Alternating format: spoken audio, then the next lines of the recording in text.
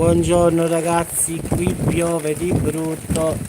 Sto proprio dietro alla finestra ragazzi perché davvero qua sta piovendo brutto proprio.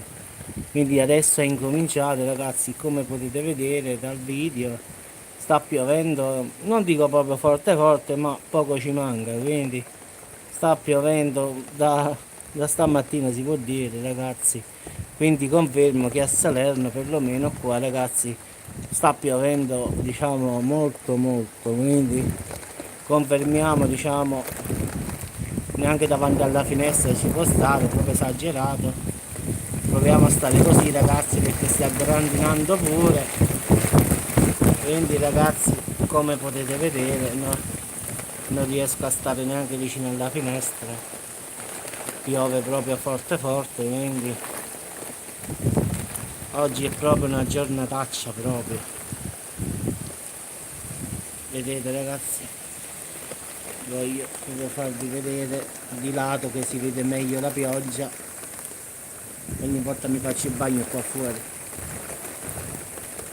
però ragazzi si vede è proprio tantissima acqua, vedete la grandine adesso, quindi mamma mia bella.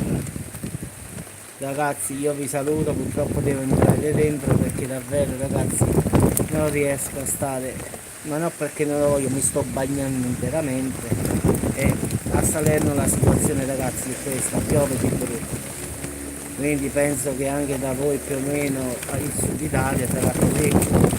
Qua è proprio tipico come fare una tempesta proprio, quindi speriamo bene che si calmi un po'.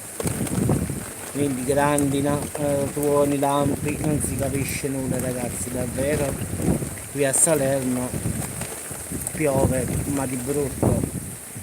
Ci eravamo lamentati che non pioveva, ma adesso davvero piove troppo. Ciao a tutti ragazzi, rientro perché mi sto tutto bagnando, ciao a tutti.